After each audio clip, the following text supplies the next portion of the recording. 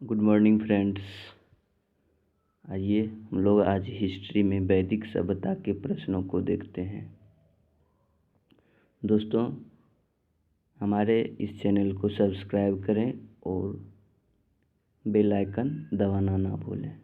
आइए दोस्तों शुरू करते हैं वैदिक सभ्यता के प्रश्न।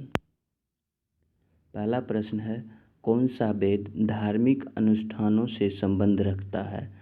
तो धार्मिक अनुष्ठानों से संबंध रखता है यजुर्वेद। उपनिषद क्या है? उपनिषद हिंदू दर्शन का स्रोत है। हिंदू दर्शन का स्रोत उपनिषद कहलाता है। नेक्स्ट क्वेश्चन है, वैदिक आर्यों का प्रमुख भोजन था। वैदिक आर्यों का प्रमुख भोजन दूध और इसके उत्पाद थे। वैदिक आर्यों के भोजन में दूध, घी, दही आदि का प्रमुख महत्व था।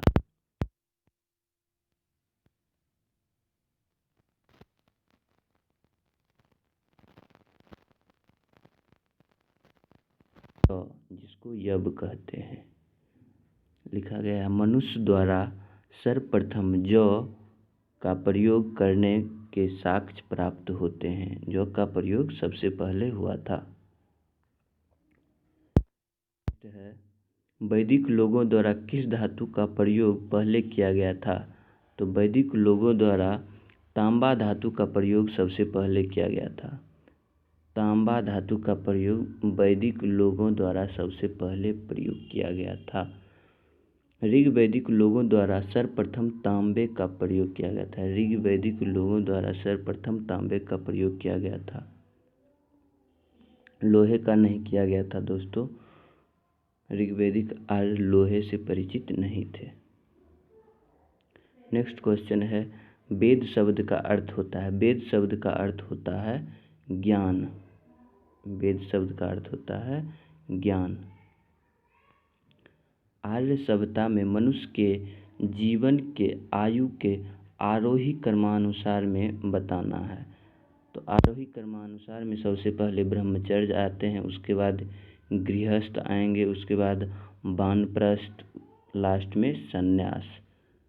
तो मनुष्य का जीवन आर्य सभ्यता में 100 वर्ष का माना गया हिंदू धर्म के अनुसार, और शुरुआत के 25 वर्ष ब्रह्मचर्य को कहा जाता है, फिर 25 वर्ष से 50 वर्ष को गृहस्थ कहा जाता है, और वानप्रस्थ 50 से 75 को कहा जाता है, और संन्यास 75 से 100 को कहा जाता है।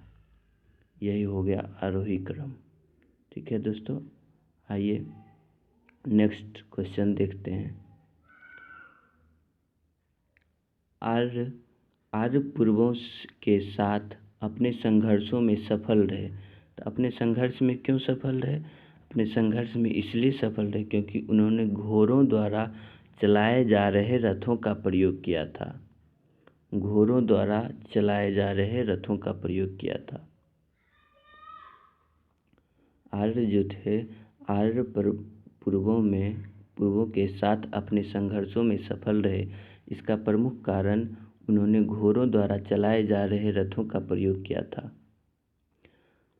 नेक्स्ट क्वेश्चन है, आरंभिक वैदिक काल में वर्ण व्यवस्था आधारित थी। तो वर्ण व्यवस्था किस पर आधारित थी?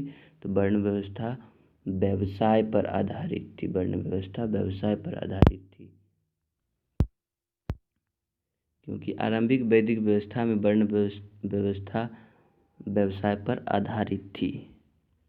ऋग्वेद के 9वें मंडल में एक स्थान पर इसका उल्लेखित किया गया है। तो उल्लेखित किया गया है, तो ऋग्वेद में लिखा गया है कि मेरे पिताजी वैद्य थे, वृषज हैं, मेरी माता चक्की चलाने वाली हैं, और मैं कवि हूँ। तो इससे पता चलता है कि व्यवसाय पर आधारित थे। नेक्स्ट क्वेश्चन है, ऋग्वैदिक आर्य पशुचारी लोग थे। यह इस तथ्य से पुष्ट होता है कि ऋग्वेद में होते थे। ऋग्वैदिक आर्य पशुचारी हुआ करते थे। यह कैसे पुष्टि करता है? तो पुष्टि इसलिए करता है क्योंकि ऋग्वेद में गाय के अनेक संदर्भ मिले हैं, अनेक संदर्भ हैं।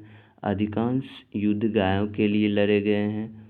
पुरोहितों को दिए जाने वाले उपहार प्रायः गायें होती थी, न कि जमीन होती थी। ये सभी होंगे उपयुक्त सभी।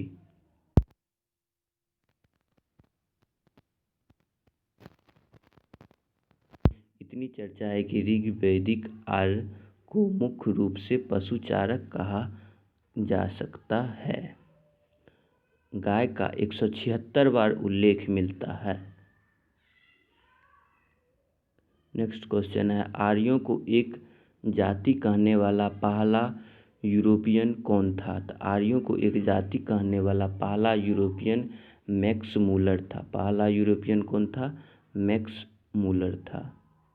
नेक्स्ट क्वेश्चन है, आर्यन जनजातियों की प्राचीनतम बस्तियां कहाँ हैं? तो आर्यन जनजातियों की प्राचीनतम बस्तियां सप्त सिंधु में स्थापित है। कहाँ स्थापित है? सप्त सिंधु में स्थापित है, जो कि सिंधु नदी से लेकर गंगा नदी तक विस्तृत है। सिंधु नदी से लेकर गंगा नदी तक विस्तृत है। आर्यन जनजातियों की प्राचीन बस्तियां सप्त सिंधु क्षेत्र में स्थापित है। नेक्स्ट क्वेश्चन है, निम्नलिखित में से कौन सी जनजातीय सभा सामान्य रूप से जनजातीय सरदार के चुनाव में शामिल होती थी? तो समिति। इसका आंसर हो जाएगा समिति। ऋग्वेद में समिति का उल्लेख 9 बार किया गया है। समिति को विश्व अथवा जनसाधारण की आवाज़ या अभिव्यक्त करने वाली संस्था कहा जाता है। राजा, जो कि जनजातीय सरदार के मुखिया होते थे, जिसका निर्वाचन और पुनर्निर्वाचन में इसका महत्वपूर्ण योगदान था, इसलिए निर्वाचन में समिति का महत्वपूर्ण योगदान रहता था। चुनाव में समिति शामिल होती थी। नेक्स्ट क्वेश्चन है, वैदिक युग में राजा अपनी जनता से जो कर वसूलते थे उसे क्या कहा जाता था? अपनी जनता से जो कर वसूला जाता था उसे बलि कहा जाता था।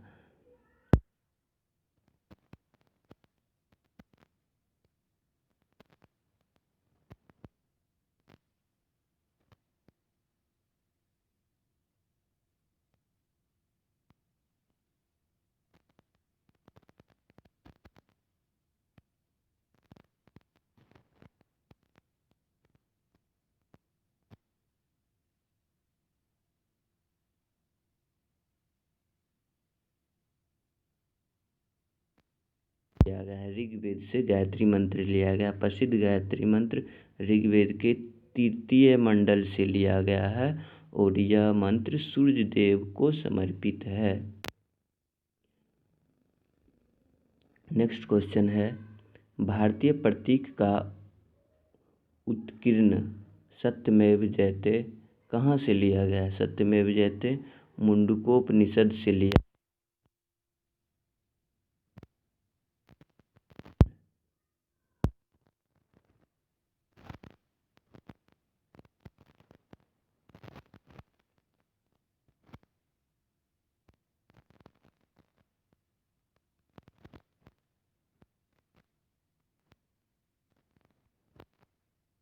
जयते का अर्थ होता है सत्य की ही विजय होती है।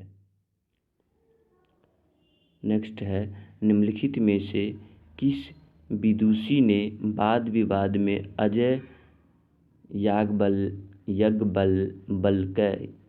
याज्ञवल्क्य को चुनौती दी थी? तो गर्गी नामक विदुषी ने वाद विवाद में अजय याज्ञवल्क्य को चुनौती दी थी। याज्ञवल्क्य को गर्गी द्वारा चुनौती दी गई थी। थैंक यू दोस्तों।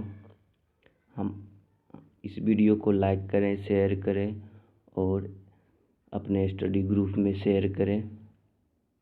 इस चैनल को सब्सक्राइब करें। Thank you.